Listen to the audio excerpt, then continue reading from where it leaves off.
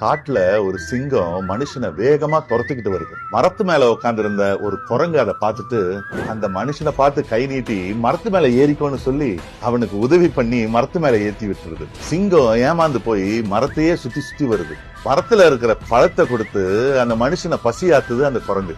உயிர் பிச்சை கொடுத்தது மட்டும் இல்லாம தன் பசி ஆத்துன அந்த குரங்குக்கு நன்றி சொல்லிக்கிட்டே இருந்தாங்க. குரங்கு அதெல்லாம் பெருசா எடுத்துக்காம சிங்கம் கொஞ்ச நேரத்துல போயிடும், அதுக்கப்புறம் நீ பார்த்து பத்திரமா போய்க்கோன்னு சொல்லி ஒரு கிளையில சாஞ்சு படுத்துருச்சு அந்த குரங்கு. அப்போ அந்த சிங்கம் மனுஷனை பார்த்து, எனக்கு ரொம்ப பசிக்குது, நீ ஒண்ணு பண்ணு, அந்த குரங்கு புடிச்சு கீழே தள்ளி விட்டுரு, நான் சாப்பிட்டு கிளம்பிடுறேன், உன்னை ஒன்னும் பண்ண மாட்டேன்னு சொல்லிச்சான். அவனும் சரின்னு தூங்கிட்டு இருந்த குரங்கு தூக்கி கீழே போட்டுருவான். குரங்கு அதிர்ச்சியாயி சிங்கத்தையும் மரத்து மேல இருந்த மனுஷனையும் மாறி மாறி பாக்குது.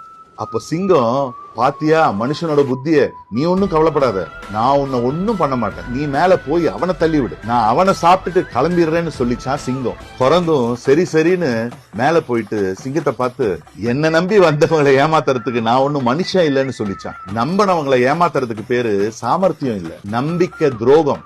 எதிரிய கூட மன்னிச்சிடலாம், ஆனா நம்பிக்கை துரோகிய